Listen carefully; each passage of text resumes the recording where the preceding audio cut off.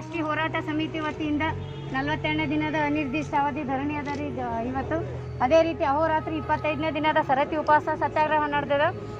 ನಮಗೆ ಹೆಂಗಪ್ಪ ಮೋಸ ಆಗ್ಯದಪ್ಪ ಅಂತಂದ್ರೆ ಕೇಂದ್ರ ಸರ್ಕಾರ ಕಾಲಮ್ನಾಗ ಸಿಕ್ಕಿದ್ದು ಒಂದೇ ತಳವಾರ, ಅದೇ ರೀತಿ 88 ಹೆಚ್ಚಿನಾಗಿರೋದು ಒಂದೇ ತಳವಾರ. ಸಂವಿಧಾನಾತ್ಮಕವಾಗಿ ಇವರು ಎಲ್ಲ ಕುಲಶಾಸ್ತ್ರೀಯ ಅಧ್ಯಯನ ಮಾಡಿನೂ ನಮಗೆ ಸರ್ಟಿಫಿಕೇಟ್ ಕೊಟ್ಟು ಈಗ ನೀವು ಅದ್ರ ಬರ್ತೀರಿ ಅಂತ ಮೋಸ ಮಾಡ್ಲತ್ತಾರ. ಅದಕ್ಕಾಗಿ ನಮಗೆ ಅವ್ರು ತಿಳಿಸ್ಕೊಡ್ಬೇಕು ಪರ್ಟಿಕ್ಯುಲರ್ ಎದ್ರಾಗ ಇದ್ದೀವಿ ಅಂತೇಳಿ. ಕೊಡಲ್ಲ ಅಂದ್ರೆ ಯಾಕೆ ಕೊಡಲ್ಲ ಅಂತ ಹೇಳ್ಬೇಕು. ಹಂಗೆ ಕೊಡಲ್ಲಪ್ಪ ಅಂತಂದ್ರೆ ಕೇಂದ್ರ ಸರ್ಕಾರದವ್ರು ಯಾವ ಆಧಾರ ಮೇಲೆ ಕೊಟ್ಟರೆ ನಮಗೆ ಅದವ್ರು ಹೇಳಬೇಕು. ಈ ವಿಷಯ ಅಂತೂ ನಮ್ಮ ದೊಡ್ಡಗೌಡ್ರಿಗೆ ಗೊತ್ತಿದ್ದಿದೆ. ಅವ್ರದ್ದು ಇದಾದಾಗೂ ಇಲ್ಲಿ ಗುಲ್ಬರ್ಗಕ್ಕೆ ಬಂದಾಗ ಅವ್ರು ಈ ವಿಷಯ ಅವ್ರಿಗೆ ಗಮನಕ್ಕದ. ತಳವಾರ ಪರಿವಾರ ಸಮಸ್ಯೆ ಏನಿದೆ, ದೇವರಾಜ ಅರಸು ಅವರು ಮುಖ್ಯಮಂತ್ರಿ ಆಗಿದ್ದಾಗ ತಳವಾರ ಪರಿವಾರ ನಾಯಕರು ಈ ಮೂರೂ ಸಮಾಜಕ್ಕೆ ಎಸ್ಟಿಗೆ ಸೇರಿಸಬೇಕು ಅಂತ ಹೇಳಿ ಗೌರ್ಮೆಂಟ್ ಆಫ್ ಇಂಡಿಯಾಕ್ಕೆ ರೆಕಮೆಂಡ್ ಮಾಡಿದ್ರು. ದೇವರಾಜ ಅರಸು ಮೊದಲು ಸ್ಪಷ್ಟೀಕರಣ ಮಾಡ್ತಾರೆ. ಈ ಸಮಸ್ಯೆ ನಾನು ವಿರೋಧಿ ಪಕ್ಷದ ನಾಯಕನಾಗಿದ್ದಾಗಿಂದಲೂ ಈ ಸಮಸ್ಯೆ ಇತ್ತು. ನಾನು ಕೇಂದ್ರದ ಚಂದ್ರಶೇಖರ್ ಅವರು ಪ್ರಧಾನಮಂತ್ರಿ, ನನ್ನನ್ನು ಒಬ್ಬರು ಮಂತ್ರಿ ಮಾಡಬೇಕು ಅಂತ ಕರೆಸಿದ್ರು. ನಾನು ಸೋತಿದ್ದೆ.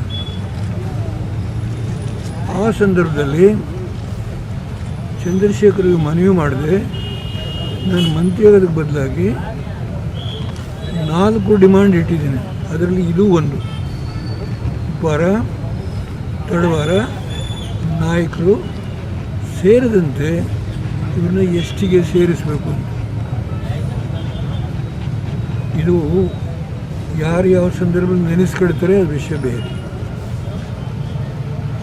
ಚಂದ್ರಶೇಖರ್ ಸರ್ಕಾರ ಬಿದೋಗುತ್ತೆ ಅನ್ನೋ ಸ್ಟೇಜ್ ಬಂದು ಅವರು ಕ್ಯಾಬಿನೆಟ್ ತೀರ್ಮಾನ ತಗೊಂಡ್ರು. ಆದರೆ ಲಾ ಡಿಪಾರ್ಟ್ಮೆಂಟು ತಳವಾರ ಪರಿವಾರ ಹೇಗೆ ಇದರಲ್ಲಿ ಫಿಟ್ ಇನ್ ಆಗುತ್ತೆ ಅನ್ನೋದು ಸ್ಟೇಟ್ ಗೌರ್ಮೆಂಟಿಂದ ಮತ್ತೆ ತರಿಸ್ಬೇಕು ಅಂತ ಹೊರಟು. ಆಗ ನಾನು ಇದು ಮತ್ತೆ ನಿಮ್ಮ ಸರ್ಕಾರಕ್ಕೆ 1 ವಾರ ಇದೆ ಟೈಮ್, ದಯಮಾಡಿ ಆ ಲಾ ಡಿಪಾರ್ಟ್ಮೆಂಟರು ಏನು ಅಬ್ಜೆಕ್ಷನ್ ರೈಸ್ ಮಾಡಿದಾರೋ ಅದನ್ನು ಮುಂದೆ ನಾನೇ ಹೋರಾಟ ಮಾಡ್ತೀನಿ. ನೀವು ಅಟ್ಲೀಸ್ಟ್ ನಾಯಕರಿಗಾರು ಹೆಲ್ಪ್ ಆಗುತ್ತೆ, ಡಿಫರ್ ಮಾಡಬೇಡಿ, ಮಾಡಿ ಅಪ್ರೂವ್ ಮಾಡಿ. ನೋಟಿಫಿಕೇಷನ್ ಆಯಿತು. ಅದಾದಮೇಲೆ ನರಸಿಂಹರಾವ್ ಸರ್ಕಾರ ಬಂತು. ಆಗ ನಮ್ಮ ಬಿಹಾರದವರು ತೀರೋಗಿದ್ದಾರೆ. ನನ್ನ ಸರ್ಕಾರ ತೆಗೆದ್ರು ಅಂತ ಹೇಳಿ ಅವ್ರ ಬಗ್ಗೆ ತುಂಬ ಜನ ಮಾತಾಡ್ತಾರೆ. ಆ ವಿಷಯ ನಾನು ಚರ್ಚೆ ಮಾಡೋಕ್ಕೆ ಹೋಗಲ್ಲ. ಅವರು ಈ ಒಂದು ಸೋಷಿಯಲ್ ವೆಲ್ಫೇರ್ನಲ್ಲಿ ಮಿನಿಸ್ಟ್ರಾಗಿ ಈ ವಿಷಯ ನಾನು ರೈಸ್ ಮಾಡಿದೆ. ಅವ್ರ ಹೆಸರು ನನ್ನ ಸರ್ಕಾರ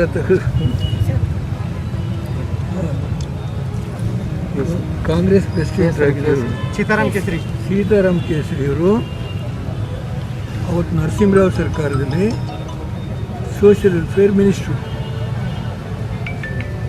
ಚರ್ಚೆಗೆ ಹಾಕ್ತಾರೆ. ಚರ್ಚೆಗೆ ನನಗೆ ಅನುವು ಮಾಡಿಕೊಟ್ರು. ನಾನು ಈ ವಿಷಯ ಎಲ್ಲ ವಿಶದವಾಗಿ ಹೇಳಿದ್ದೀನಿ.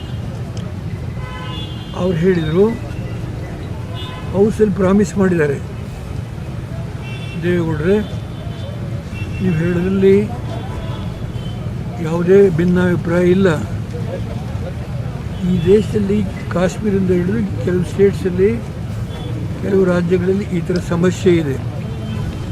ನಾನು ಅದನ್ನೆಲ್ಲ ತರಿಸಿ ಕಾಂಪ್ರಿಹೆನ್ಸಿವ್ ಆಗಿ ಉಪ್ಪಾರ ತಳವಾರ ಪರಿವಾರ ಇದರಲ್ಲಿ ಏನೇನು ವಿಂಗಡಣೆ ಮಾಡಿದ್ದೀರಿ ನಾನು ಒಪ್ಪಿಗೆ ಕೊಡ್ತೇನೆ. ಆದರೆ ಇನ್ನೂ ಪೆಂಡಿಂಗ್ ಇಶ್ಯೂಸ್ ಇದೆ. ಕಾಶ್ಮೀರದಲ್ಲಿ ಒಂದು ಸಮಸ್ಯೆ ಇದೆ, ಮಧ್ಯಪ್ರದೇಶದಲ್ಲಿ ಒಂದು ಸಮಸ್ಯೆ, ಹೀಗೆಲ್ಲ ಕೆಲವು ರಾಜ್ಯಗಳಿಂದ ಎಲ್ಲ ಬರಬೇಕು. ನಾನು ಖಂಡಿತ ಸಾರು ಮಾಡ್ತೀನಿ. ಭರವಸೆ ಕೊಟ್ಟಿದ್ದಾರೆ ಹೌಸಲ್ಲಿ. ಇದು ನಮ್ಮ ಪಕ್ಷದ ಮುಖಂಡರಾದ ನೀರಾವರಿಯವರಿಗೆ ಎಲ್ಲ ಗೊತ್ತಿದೆ. ಪ್ರೊಸೀಡಿಂಗ್ಸು ಅವ್ರ ಹತ್ರ ಇದೆ.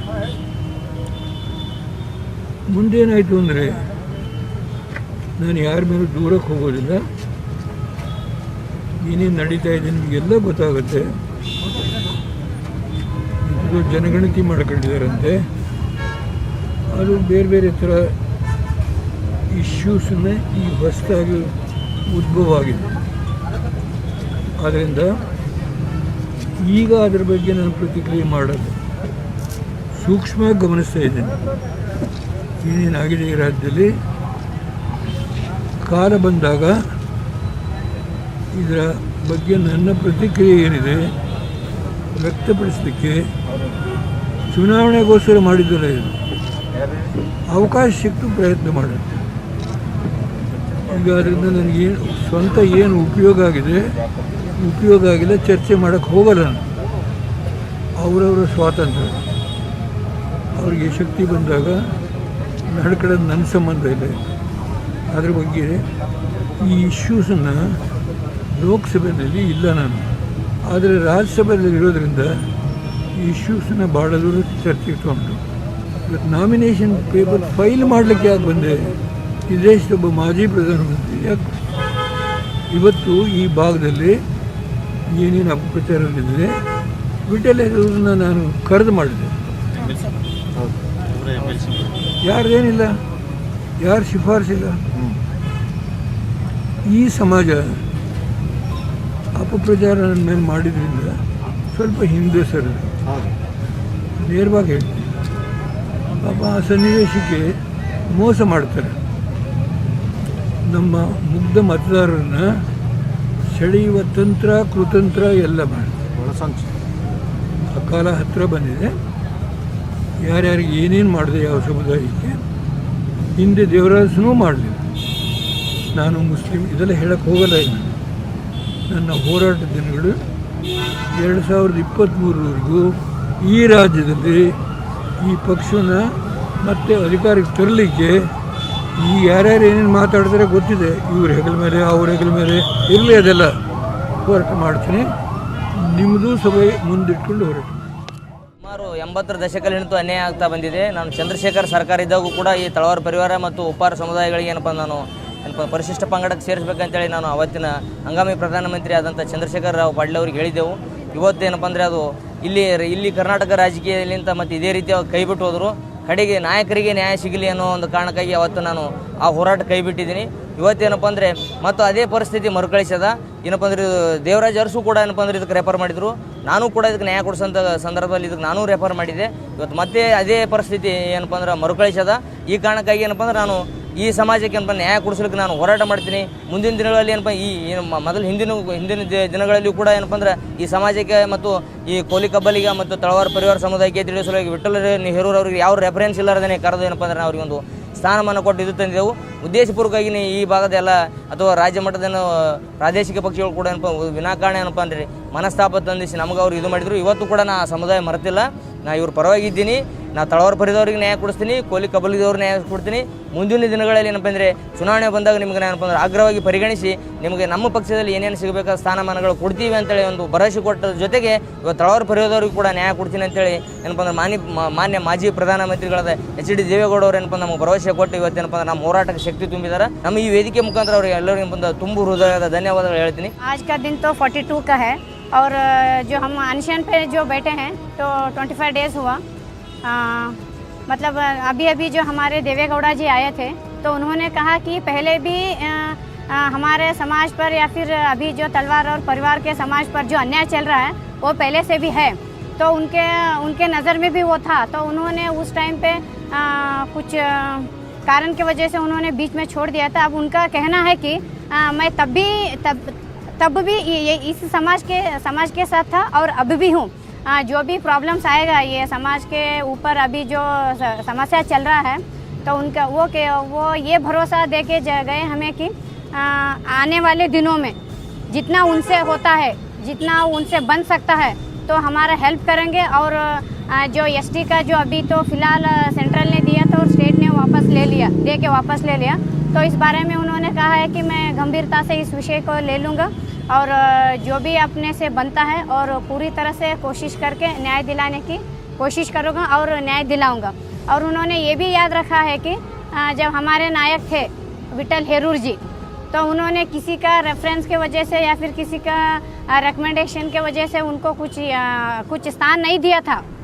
तो उनके मतलब हमारे समाज के ऊपर उनका जो ध्यान था या फिर हमारे समाज के ऊपर उनका प्यार था तो उस प्यार की वजह से उन्होंने विठल हेरूर जी को भी अपने पार्टी में एक बड़ा सा स्थान दिया था। तो उन्होंने अभी याद रख के और हमें पूरा भरोसा है देवेगौड़ा जी के ऊपर। वो लोग हमें जो यहाँ पे हम लोग अभी धरने पर बैठे हैं तो हमें न्याय दिलाने में वो ज़रूर जितना उनसे होता है उससे भी बढ़कर वो कोशिश करेंगे, इतना तो हमें पूरा यकीन है। और ये समिति की वजह से हम तहे दिल से उनको शुक्रिया अदा करते हैं कि क्योंकि इस उम्र में भी वो भी संगठन करने के लिए जिस समाज को भी वो अन्याय है था वहाँ पे जाके वो बात करते हैं, सुलझाने की कोशिश करते हैं। हमारे सीएम जो है एक समुदाय से सीएम नहीं बने, हम सारे लोग उन्हें वोट डाले तो सारे समुदाय का एक सीएम है। तो अभी उनका चाल क्या है, एक तरफा जा रहे हैं, उनका किसी एक का दिल रखने की कोशिश कर रहे हैं। तो हम तो नहीं छोड़ेंगे। अभी ये 42 डेज हुआ है, 40 साल से नहीं छोड़े जी, अब कहाँ छोड़ेंगे हम लोग।